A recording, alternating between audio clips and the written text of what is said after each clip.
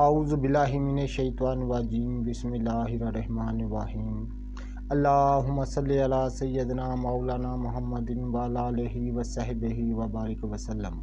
تمام تعریفیں رب العزت کی ہیں جو تمام جہانوں کو پالنے والا ہے۔ پروگرام حکمہ قدیم کا انسانی صحت پر فکر و فلسفہ کے ساتھ میں ہوں حکیم عامر شہزاد ڈسکا سے۔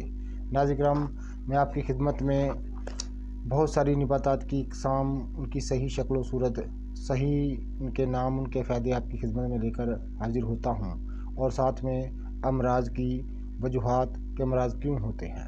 اس وقت میں بات کرنے جا رہا ہوں اعصاب شکنی پر۔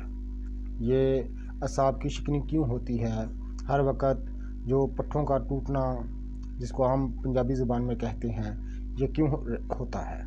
تو ناظرین کرام، میں آپ کی خدمت میں عرض کر دیتا ہوں کہ سب سے بڑی اعصاب شکنی کی جو وجہ ہے وہ معدے کی تبخیر ہے اور گیس ہے، یعنی ری کا ہونا، ہوا کا زیادہ پیدا ہونا اور تبخیر کا رہنا، یہ سب سے بڑی وجوہات ہیں اعصاب شکنی کی۔ تو ناظرین کرام، جب آپ کو پتہ چل جائے کہ اعصاب شکنی ہو رہی ہے تو حتمکان کوشش کریں کہ تبخیر کا اور گیس کا علاج کیا جائے، تو انشاءاللہ تعالیٰ خود بخود جو وہ ہے اعصاب شکنی وہ دور ہو جائے گی۔ تو تمام نئے آنے والے احباب، میرے دوست چینل پر، وہ چینل کو سبسکرائب ضرور کیا کریں، تو میں ایسے ہی خاص الخاص مجرب جو امراض کی حقیقت ہے وہ آپ کی خدمت میں لے کر حاضر ہوتا ہوں۔